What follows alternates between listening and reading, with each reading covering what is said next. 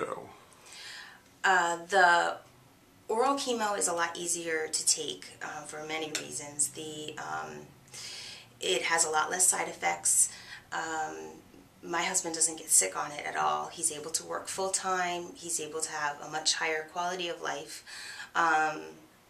If he had to take an infusion, there would be a lot more considerations, such as risk of infection, much more damage to his veins, a lot more side effects of getting sick, all kinds of things that you don't really have to worry about as much for most people if they take the pill form of a chemotherapy. So his quality of life would be completely different.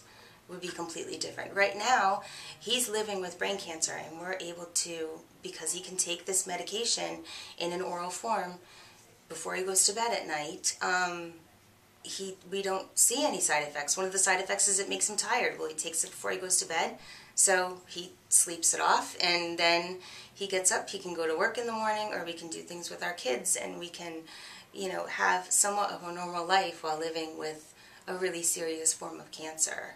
And it's changed a lot of, our life would be completely different if he did not have this option of taking this, the oral form of Temodar. Okay.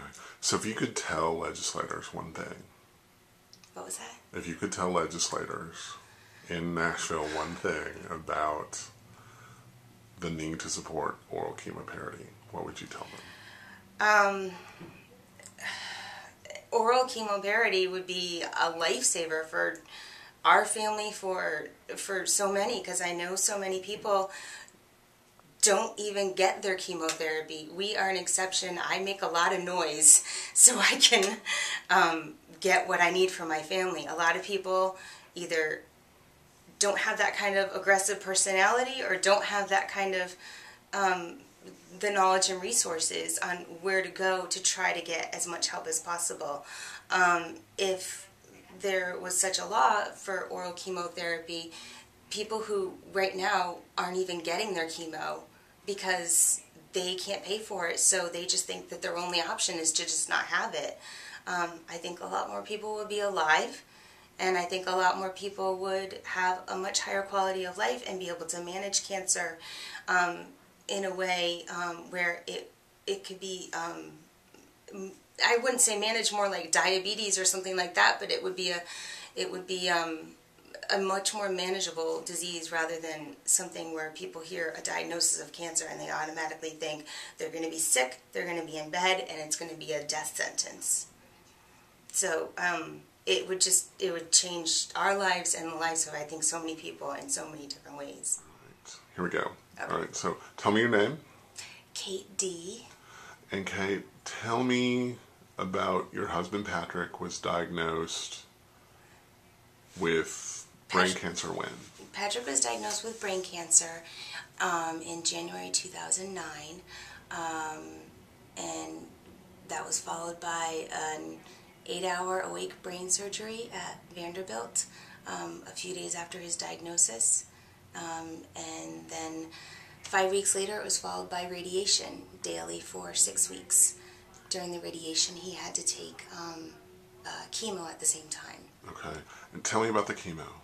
The chemo was the standard of care chemo for any type of brain cancer now. It's a medication called Temodar. At that point in time, Temodar only came in a pill form. That was the only form that it came in.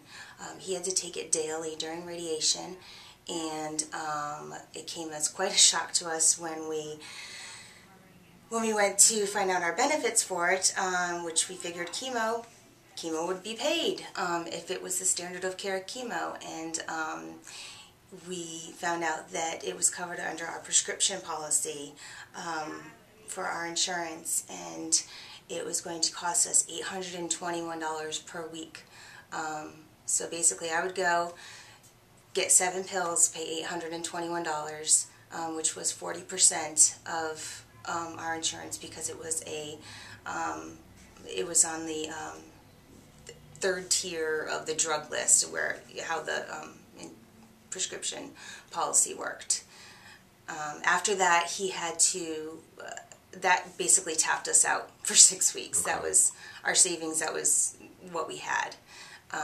After that, he had to take the chemo for 5 days every month, and our copay at the dose he was on was $5,000 a month out of pocket.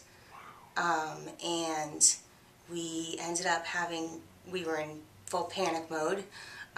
We had to have, I didn't know I was going to get so emotional talking about this. Okay. We had to have our community set up benefits.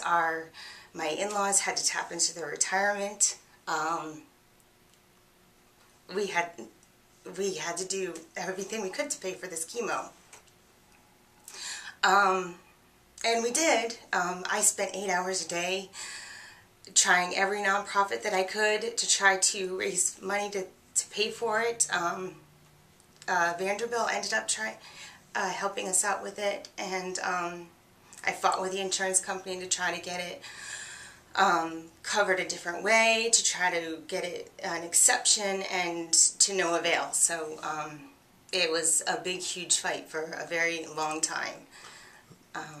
So as you've been fighting to figure out how to pay for this, how has that affected, your life? Well, we have 2 little kids. They've seen a lot more than they need to see in their little lives. And we have not been able to focus on about the disease that he's fighting. He's fighting brain cancer. Brain cancer doesn't go into remission. He's going to be fighting brain cancer for the rest of his life. He is very high functioning, is in a very high functioning job in the medical field, can work full time, doesn't have any side effects from the medication, from the Temodar, and I think that's because he takes a pill at night, goes to sleep, gets up, goes to work in the morning for 8 hours. And he's been doing that for the last 3 years. They came out with a infusion form of Temodar in about a year after he started taking it. And we were told by the insurance company that he should start taking the infusion. Well, if he had done that, he wouldn't have been able to work. Tell me about that. Tell me about the differences in the consideration. If you get an infusion, you have to get a port. With doing so much with your veins, it can blow your veins. There's risks of infection. There's a lot more side effects with infusions than if you take an oral form of chemo.